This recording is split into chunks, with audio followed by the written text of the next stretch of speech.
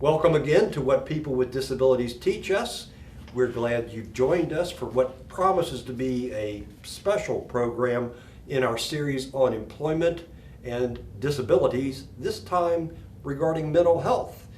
We have a special guest with us who is going to help promote next month's program. We have Noell Saunders, who represents, I'll let her introduce her foundation, but she recently coordinated the walk to Lexington. You may have seen it in the local news media, news coverage, and we're going to talk about that a little bit, as well as how you picked up the important cause of post-traumatic stress disorder, which we have learned about from other vocations, but we want to hear your side of things, Noell. So we're glad to be here, and we're glad you're here. And with no further ado, Noell, tell us about your walk. All right. Well, my name is Noell, and I have the foundation, Firefighters Extinguishing Cancer Foundation, and I'm a co-founder of it. I founded it with my husband before he passed away, and I felt I needed to make a difference for firefighters and their families. And so I hosted the walk from Burlington to Lexington on August 19th to the 26th, and it really changed our lives here in northern Kentucky. Really? Yes, sir. The walk primarily started out as a cancer walk, and we quickly found out that firefighters here in northern Kentucky struggle daily with PTSD, and many of them end up taking their own lives. I'm sure not many northern Kentuckians know that. No, it's a very taboo subject here. They don't want to share their shame. They're scared of how it's going to impact their employment, how people are going to look at them, how they're treated, how they're viewed, how it affects their families, how it's going to affect their family when they come out. You talked about the walk changing your lives. I suspect that you meant more than blisters on your feet. It must have been some of the stories that you heard and the people you met. Absolutely. We met some really awesome family members and firefighters that came out and walked every single day right alongside of us, and it was healing for them. And it was healing for me, and it was healing for them.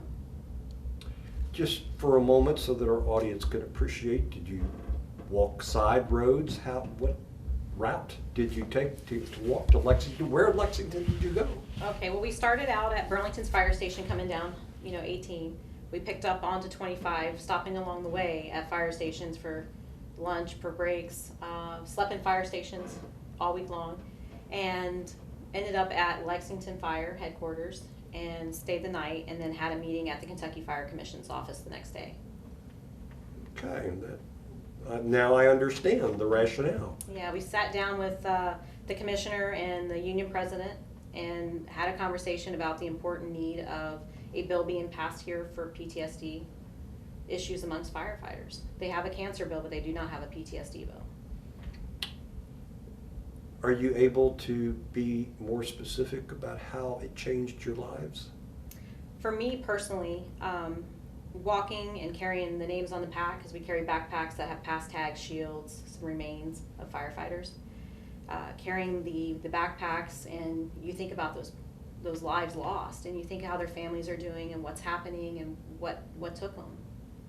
And to be able to carry the Kentucky bag and see the names on there of all the PTSD sufferers and those on there for suicide that have taken their lives, that felt they had to do that, it was eye-opening. Not to push it too far, Noell, or even to make you feel like, why would a firefighter feel it necessary to take their life? Help a naive person. Right. You sit there and you see all the trauma that they see, the bad calls, the car wrecks, the pronouncing somebody deceased, kids. That sticks with them, and they can't shut that off when they're not at the station. And sometimes they feel the only way out is to end their life. And same way with police officers. And I have, in reality, heard similar stories of returning veterans in terms of war and some of the gruesome details of battle. Yeah. Some of the experiences that, we watch too many movies where in the end there's a great hurrah and everything. Right. And I think maybe the same with regard to our first responders. We see the parades on holidays and so forth. Absolutely. And it's not at all the lives No. that they live. Yeah. Why don't we, you spoke in a very personal kind of way of carrying the backpacks and the memorabilia and even some of the remains of people who have given their lives. Why don't we do more of that as a people? You know, I'm not really for sure. I don't understand how states across the U.S. cannot support bills for firefighters and police officers. I don't understand how there's not cancer bills and PTSD bills and there, you know, heart lung, to make it to where firefighters and all first responders actually have that protection. Why is it taking so many people to act out, to lose their lives to cancer, to, you know, lose their life to suicide and struggle with PTSD on a daily basis, that the cities and the states aren't stepping up and saying, hey, we need to protect our guys? We have something of a hypothesis we think is truth on this program, that we have lost touch with one another as human beings. So I want to come full circle now to your involvement in this, because you said at the outset you lost your husband. I did. And as I recall, when we first spoke by phone, you described making a promise to him. I did. I made a promise, actually to him and my kids. When he was diagnosed at 37 years old with brain cancer. Completely healthy, passed a physical at the fire station 6 weeks prior to diagnosis. And we got bad news from the start. And we knew we were on borrowed time. And when he was going into the first surgery to have the tumor resected, I made a promise. And I said, I'll never stop talking about firefighter cancer as long as I live. Made the same promise to my kids. He battled 26 months, 8 days before passing away. So it hasn't been that long ago. No. And here you are. And here I am, keeping the promise. Keeping the promise. Yes, sir. Aggressively. Yeah. You know, all these lives matter. My family's life matter. His life mattered. And I think my point is that it was because of that relationship that things began. I'm not saying you aren't a caring person and wouldn't care about these kinds of things, but the strong connection we feel when we have a relationship with a person or people. Sure, absolutely. Makes a significant difference in how we respond to one another's sufferings, pains, needs for healing. Well, I more than commend you. I am very grateful Oh, thank you. for the awareness you've already brought to Northern Kentucky. And had it not been for you, we wouldn't have recruited next month's guest, whom we are going to have, who's had PTSD for 41 years. Wow, that's a long time. That's a long time for someone, and he went through many of the kinds of issues that people with post-traumatic stress disorder go through. Broken relationships, marriages that end, waking up with the flashbacks and nightmares, heavy drinking and so forth, but courageously having, with time and the love of many friends and family, Dick Riesenberg, who was the chief in charge at the Beverly Hills Supper Club fire back in 1977, has agreed to come on the show next month. And it started because you had the walk to Lexington and got us talking, and so there's that connectivity again. Absolutely. When people are talking and relating to one another, that it generates a power that we otherwise wouldn't have. Oh, I believe there's power in numbers. Absolutely. And we all can make a difference, and we all can come together and fight and make a change. What's next? Well, what's next? I've already been hit to do another walk next year. They're like, let's walk some more. I'm like, oh Lord. No, I'm going to push some stuff with my foundation to keep bringing awareness to firefighter issues, the PTSD, suicide, and cancer, because all of those are major taboo subjects amongst firemen. We'll very much be listening, Noelle, Thanks. and can't thank you enough for being here today. And best wishes in the future. God bless as you go forward. Thank you. All right.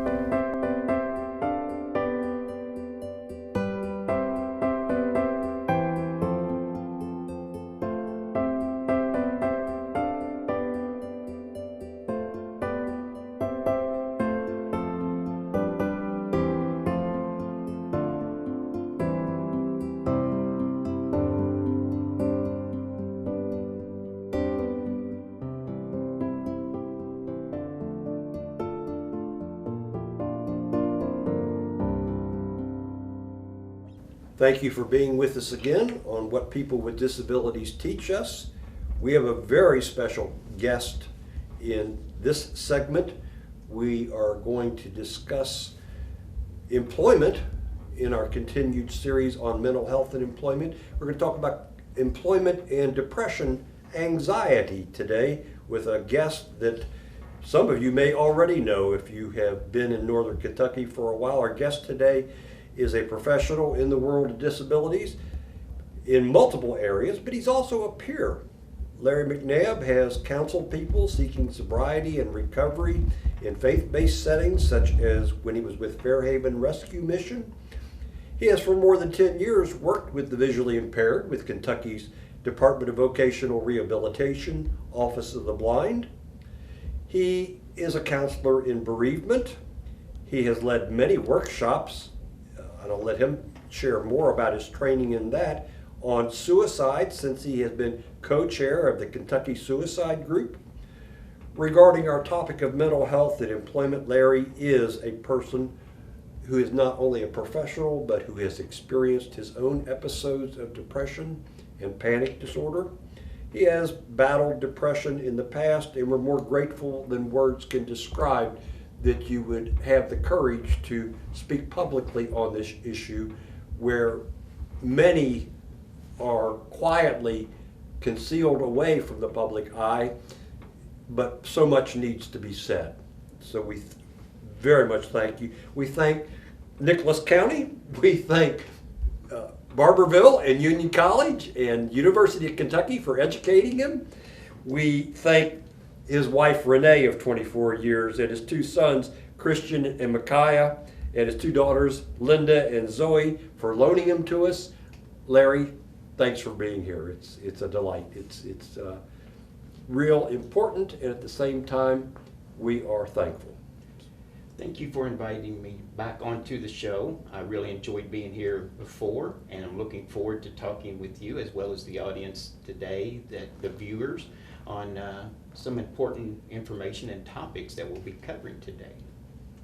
Larry, in preparation for this program today, I was visiting various resources, including WebMD, and was looking at a quote that they had posted on a slideshow, and I want to read it to you. I want to read it to you at the outset of our discussion, and then I want to read it again at the conclusion and see if you can support what that quote says from WebMD.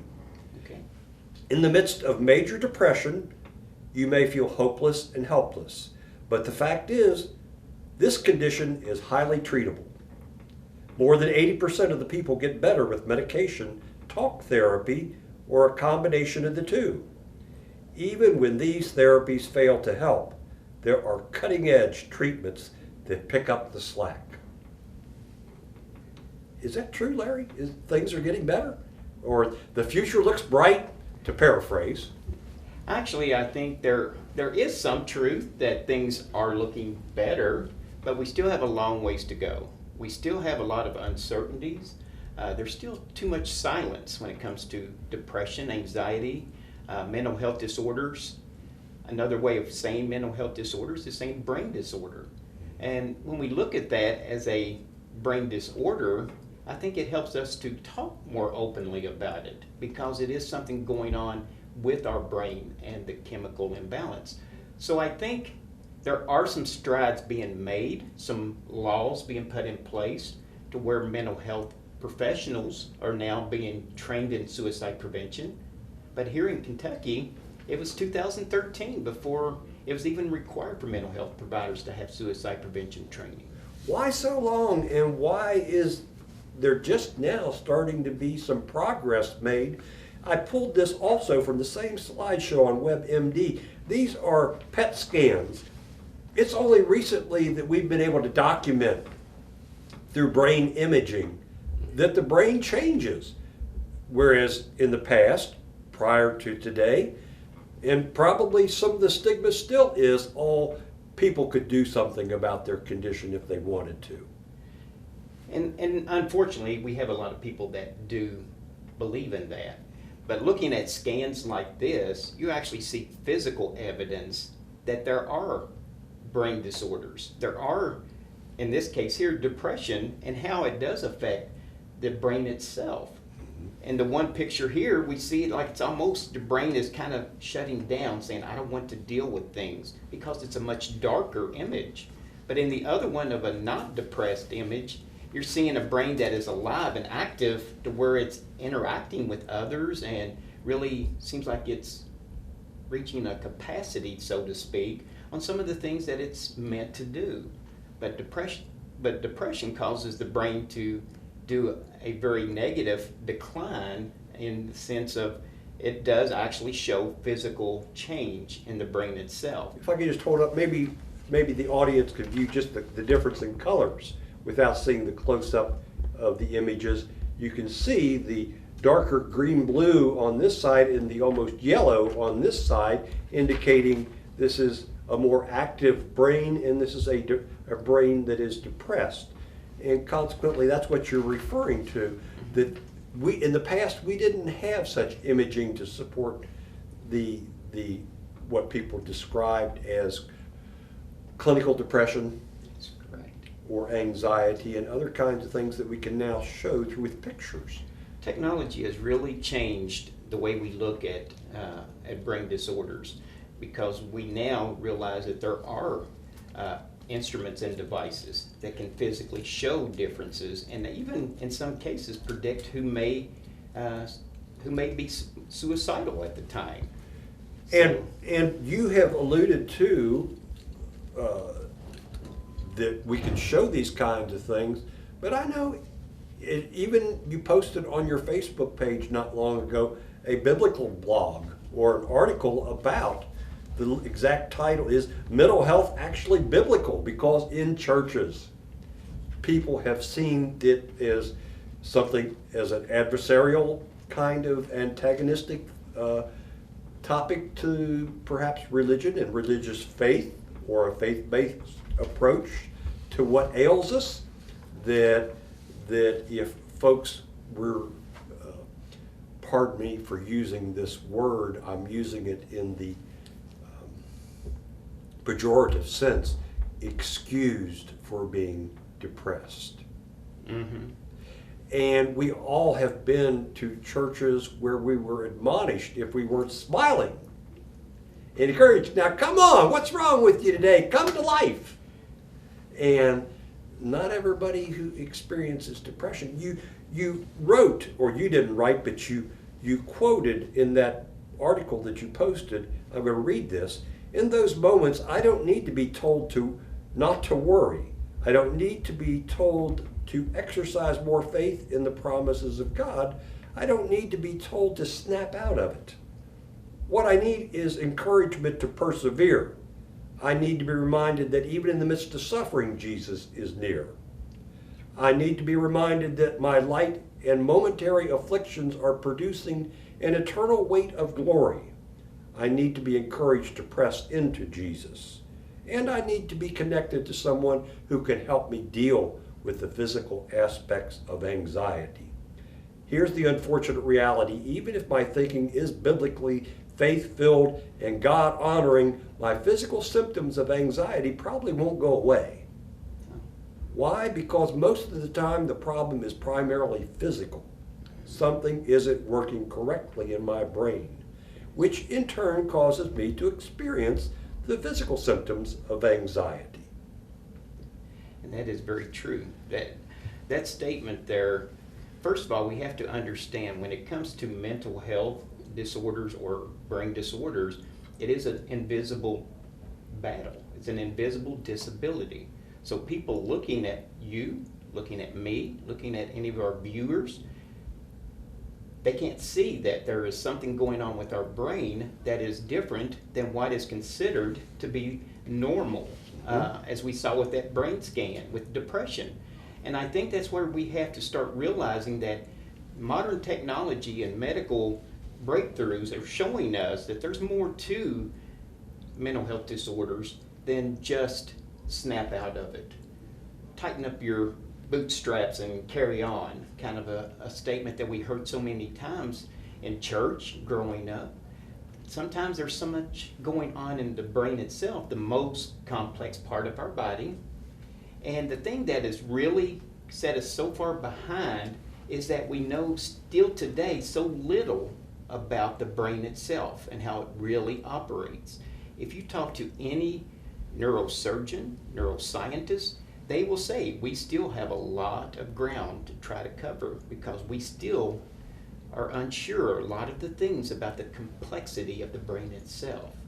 And I think that's where we're making some strides, but I think when we see people make statements, even from the church perspective, to say it's more than just somebody being down and not smiling, there's so much more going on that they don't really understand at all that difficult journey that they're taking. And I can share about my personal experience when I went through the worst time of my depression with the general anxiety. Please do. And panic attacks. It got to a point where I went from being a very athletic, very active person working at Fairhaven Rescue Mission in Covington. I was running up and down the steps. I was playing co-ed softball, very active in the church, and all of a sudden something just seemed to shift. And I really didn't understand what it was, what was going on.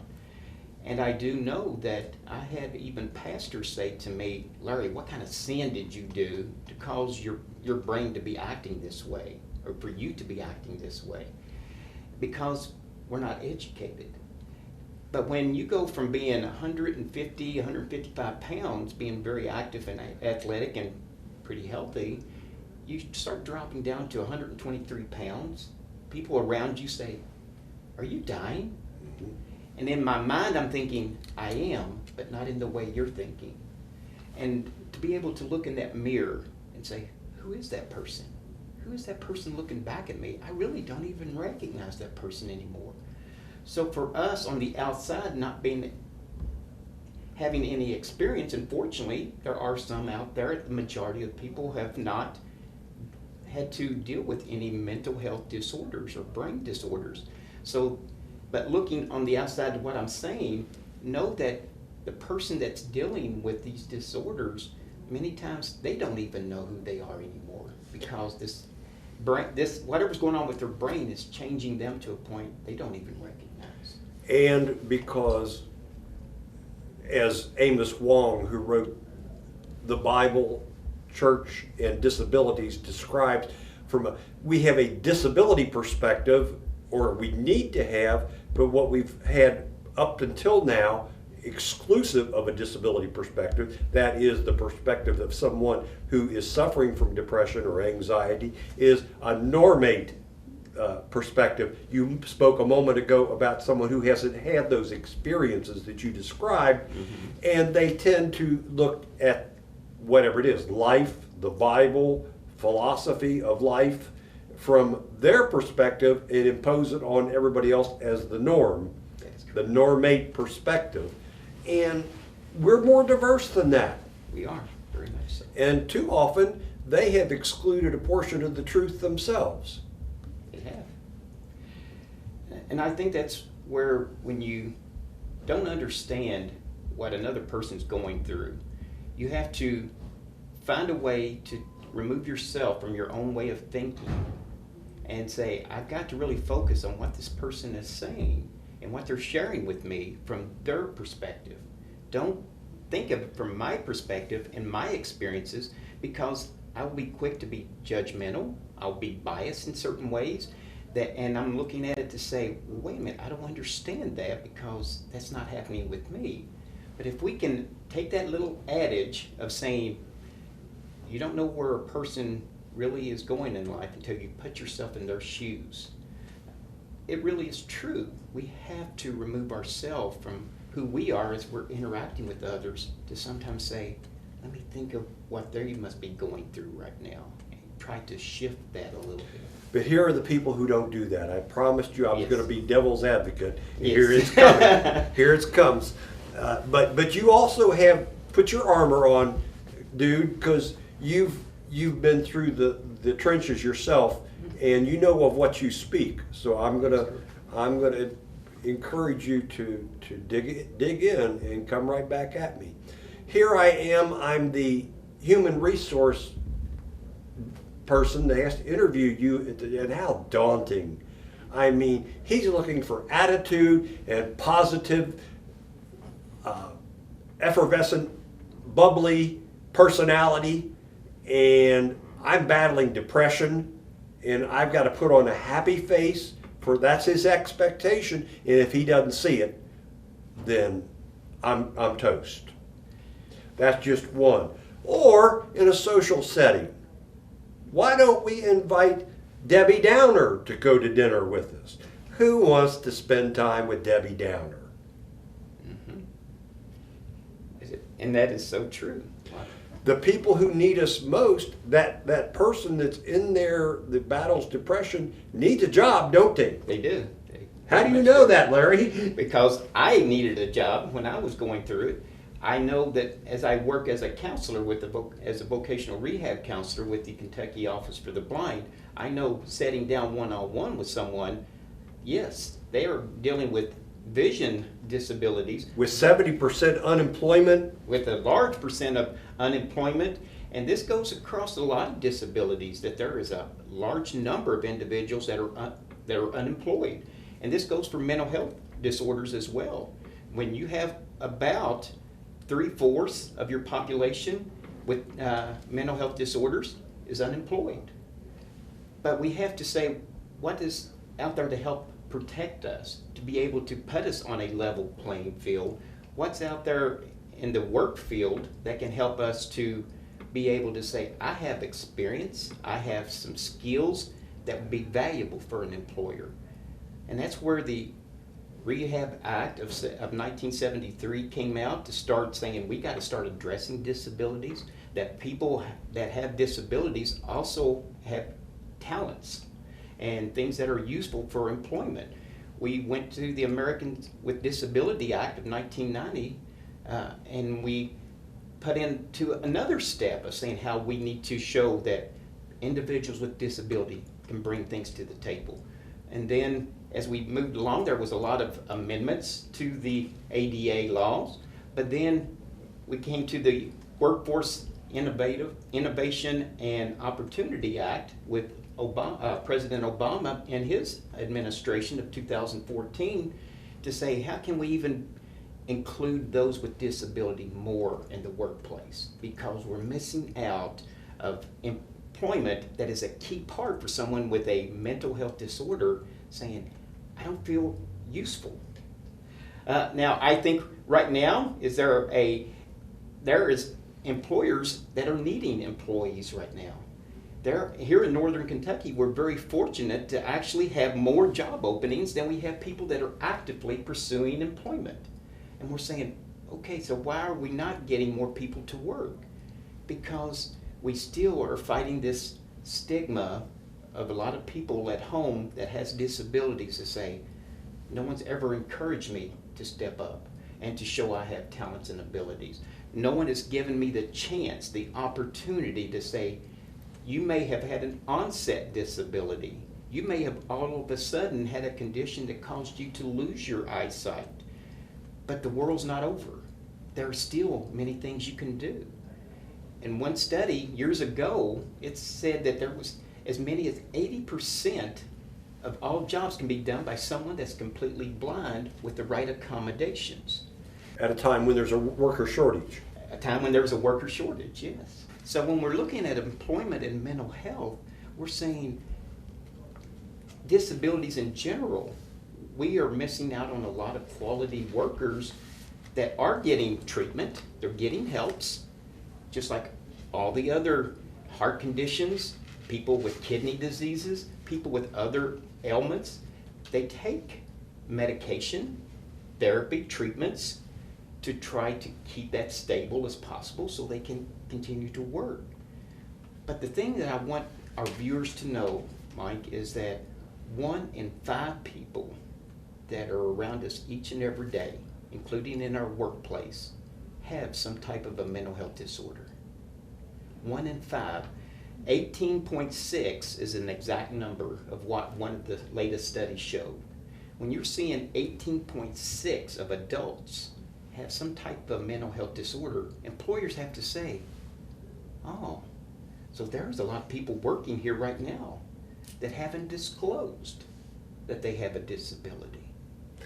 So, to those viewers at the moment listening to this conversation, this discussion you and I are having, and thinking they are fearful of working alongside someone who has a mental health disability, you're saying you already are. You already are in many cases.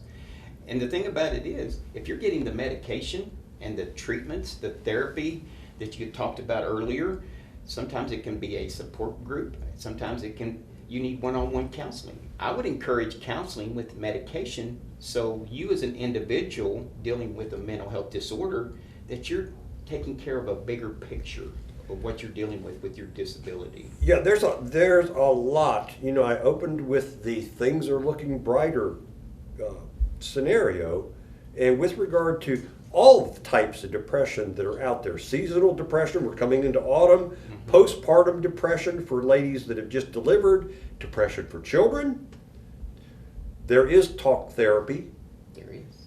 There are medications, newer and better all the time. Exercise works, light therapy, St. John's wort for depression, some people, pets. Yes. All of these things are good. Even something called, and I had not heard of, vagus nerve stimulation or electroconvulsive therapy, transcranial magnetic stimulation. All of these innovative methods are coming on the scene. But what I'm hearing you say and describe is where the rubber meets the road is whether or not we can, as human beings, make contact with one another. And that is the crucial part right there, is actually communicating with each other, being able to make ourselves a little bit more open to one another. There are some people with their mental health disorders that if you put them in a crowded room, they're going to shut down. They're going to have struggles with that. So there are certain work environments you would say, I don't want to put someone that has those type of anxieties in a workplace where they're going to be surrounded by people all day long. So the thing that we have to look at as a vocational rehab counselor and mental health disorders is trying to match each person up with what is a best fit, not just get them a job. Anybody can get a job, but let's get them something that can be a career that they can excel at doing. So one of the key things is finding out, have you been diagnosed with this mental health disorder, brain disease, or brain disorder? Are you getting counseling currently? And being able to say, when do I disclose that? If I want to go get a job and I'm dealing with a mental health disorder, I may be saying, okay, so how do I handle an interview? How do I go in there and talk to that HR person or that recruiter that's interviewing me? You can choose. It's different for each person. You can choose. ADA, Americans with Disability Act, allows you to say, I don't have to disclose to you in that initial interview that I have a disability. So I may want you to look at me as a person. If I am getting treatment and you look at me and say, I don't see this disability that you have, then I don't want to disclose it because I don't want you to get a misconception of what I can and can't do because I say I have depression or I have bipolar or I have schizophrenia. I'm not telling, but then I would open up everything and say, I have to explain to you the medication, the treatments, so I don't have it, it's not an issue on the job, or we can make some minor accommodations to my work schedule, to the workplace that is very inexpensive. A lot of times employers say accommodations and they say big expense. I got to pay a big accommodation fee here. No, in most cases it's very minor what adjustments need to be made. Computer monitor, whatever, yeah. Yes. So it's and so we have to go into that interview initially thinking, okay, let them look at who I am as a person and what I bring to the table. And then that employer in an economy today that they're needing employees, they're needing some people that has experience, has that hard work desire, which a lot of people with mental health disorder, they cry out to us as the general population, I want to work. I'm not lazy. Like a lot of people have that misconception. They're starved for an identity that to have an image that is approved and accepted by their peers. That's right. And I think that when you allow yourself to be seen by that employer for your qualities and who you are at that point in the interview process, you can say, okay, I'll walk out of that initial step and let them decide based on what I bring to the table, on my experience, background, education, all of the things I can bring to this employer. I put it out there in this interview. Then if they offer me the position, if I do need accommodations, then I need to probably say, okay, I just want to let you know that I do have, and then maybe share at that time, I might need, instead of working a night shift, at this night time from 12 to 8 o'clock in the morning, it might need to be adjusted a little bit. There's some little adjustments with that schedule that may need to take place. But when you stop and realize as an employer how many people you already have employed, that you haven't had that disclosure from that employee or employees saying that they have a disability, how many of them are doing their job each and every day, making production, doing what you're calling them to do, and you're not questioning anybody walking by saying, so do you have a disability? Do you have a disability? Do you have a disability? To try to figure out who it is. Or they're covering it up, and you are experiencing, as the employer, you're experiencing losses because they're covering up. And that could be the other side of the disclosure. If you do need some accommodations, and once you get that job offer, that employer has told you that you have what we're looking for. So it kind of says, okay, since you said I have what you're looking for as a potential employee, I need to let you know that I have this disability or these disabilities, and I am going to need some accommodations. And to be open and to share that. And if other employees learn of it, productivity could actually go up. And that's exactly right. If there is that communication that you stated earlier between that employer and that employee, and so often we see businesses where employees, general population and those with disabilities, many times say, I don't think my employer really cares about me as a person. And we have to really go back to what you were saying earlier. If we just come together and start communicating with one another, we start listening, not just sharing everything I want to share, but give that other person a chance to share with us too, and help them to feel safe in sharing that with us. We can really change our work environment to a place where we won't have people saying, I hate my employer. Last week I left a job that I've been working at for health insurance, no longer needed, begin Medicare next month, thank you very much.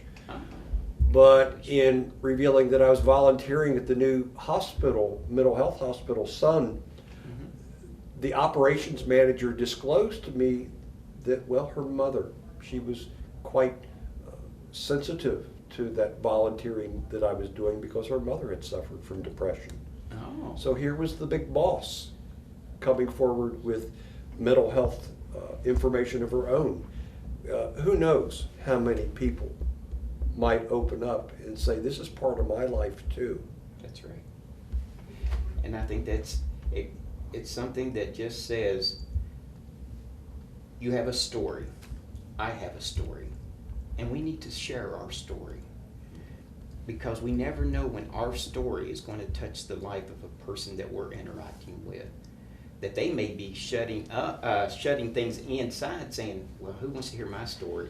But when they hear something similar from someone else that is sharing their story, it can be an encouragement to them to say, oh, it's okay to talk about this.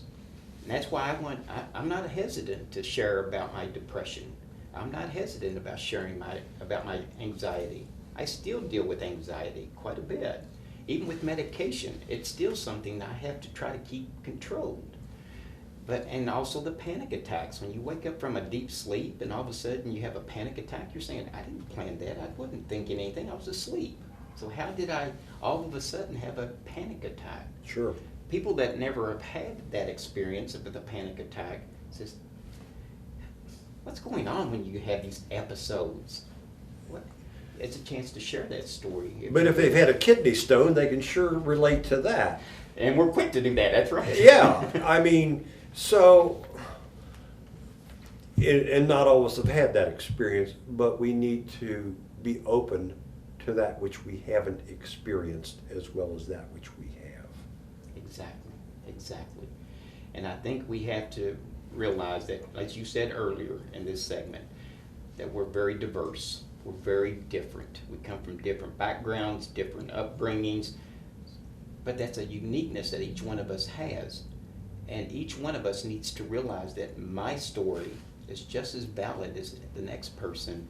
And if we're willing to communicate, share your story, but also let me share my story, and let's interact. And now we're really going to get down to the nitty-gritty, Larry. My opening statement that I said we'd close with, and we will. In the midst of major depression, you may feel hopeless and helpless, but the fact is the condition is getting highly treatable. More than 80% of people get better with medication, talk therapy, or a combination of the two. There is a rosy picture out there in terms of technology, in terms of procedures. Mm-hmm. However,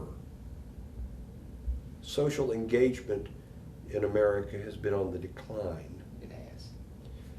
All across the board. Church involvement, politics, membership in organizations and affiliations of all kinds, even youth recreation in many sports. Yes, there are plenty of kids playing soccer, but we're not sure there's many as there were 20 years ago. That's right. And you only have to take a look at the baseball diamonds and softball as an ex-player yourself to know how that's plummeted. And these are just, please don't, folks that are listening in, don't target just this handful of illustrations.